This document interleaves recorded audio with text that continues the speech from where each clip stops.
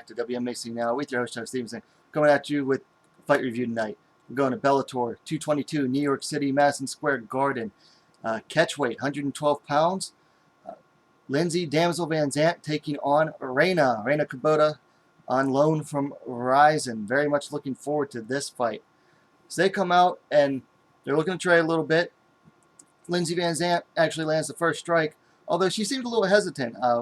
RENA was the one stalking forward, and VanZandt was mostly circling out. One point, VanZandt got in. Looks like she was trying to go for a takedown, but RENA tripped her down, and then they both got back up. And then not long after that, they started striking again. RENA still stalking forward a little bit. Then they went for another takedown, or VanZandt went for another takedown, where RENA was able to use the cage to get back up very nicely and separate. VanZandt separated with a strike, which was very nice, and nice job by RENA there, using the cage to get back up in her very first fight in the cage. So they're striking some more.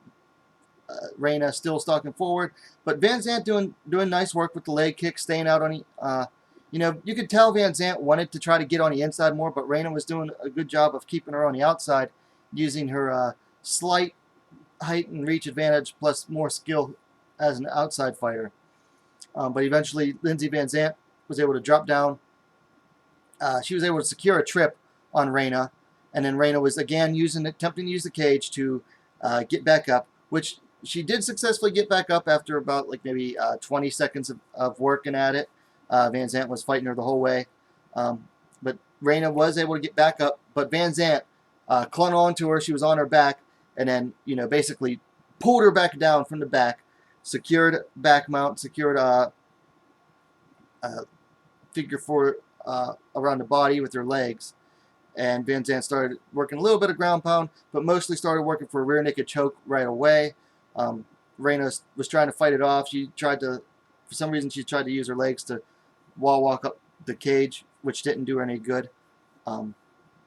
She was able to get back to her knees though at one point, but that's when VanZandt really sunk in the choke and then basically pulled RENA over. RENA was facing the lights, and that was when she just went unconscious after trying to fight. Not very hard fighting, but she did try to fight the hands.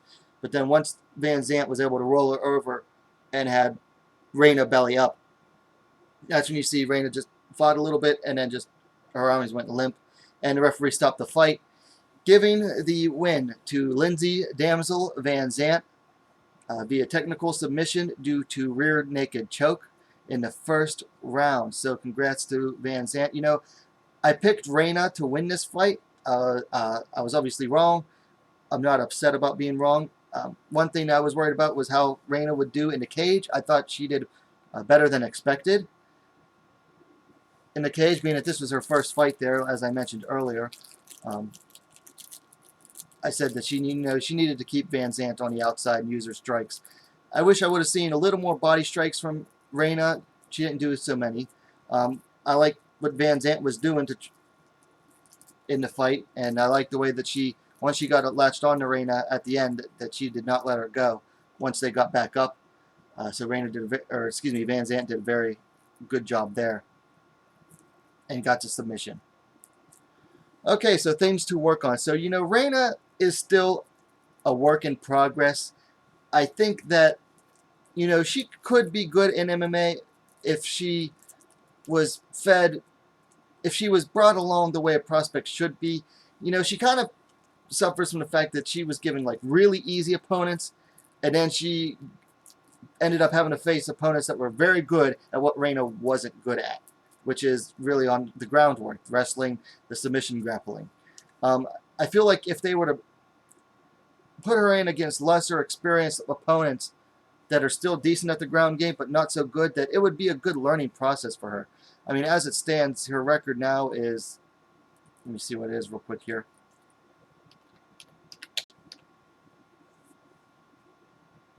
She's 8-3 now as a pro, so she's had over 10 fights, but she's still very green in the sport. She's a very green MMA fighter. Stand-up wise, she does very well. There's no doubt about that. But she still needs work as an MMA fighter, especially the submission defense, which comes with a lot more work working with submission grapplers. As for VanZandt, I have no complaints. I thought she did well throughout. She had a good game plan. You know, she got it to the ground like I said she should in the preview video. I wanted to see some more ground and pound personally, but hey, she got the submission, so can't complain.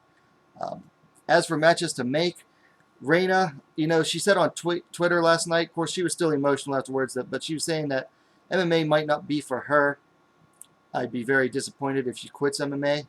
I also think Ryzen did her wrong by forcing her into MMA right away. They could have also built her up by having her do shoot boxing fights on their cards. I'd like to see her maybe fighting Deep Jewels and against some of the lesser. I mean, give her a can or two. You know, let her recover a bit. This is her third loss in 4 fights, I believe. So, you know, she deserves to warm up a little bit. She deserves a what do you call it, like a recovery fight. As for VanZandt, you know, she could find herself over in Ryzen in a rematch, or she could find herself facing Sqaure over there. Or, you know, one thing I would like to do, you know, it doesn't seem like UFC's in a hurry to bring in atomweight. Doesn't seem like Bellator is either. But if Bellator were to do so, you know, they've put her on a big stage at Madison Square Garden on the prelims. She's fought for them twice now. If they were to build an atomweight division, they could definitely build it around her. She's, I think, 5-1 now, or 6-1. She's got a good record already. She's becoming more well-known to hardcore fans. And she's, you know, she seems like a really nice girl and a good fighter. So they could definitely build an atomweight division around her if they wanted to. Other than that, I don't know who she's going to face in Bellator unless they bring in atomweights. Of course, she could also go back to Invicta. She fought once for them there in the lone loss of her career. Anyway, that's all I have for this one. Let me know what you thought about it in the comments down below. Likes are always appreciated. And what are you waiting for? Subscribe to WMMA now, the best, fastest growing women's mixed martial arts dedicated platform on YouTube. And have a good night.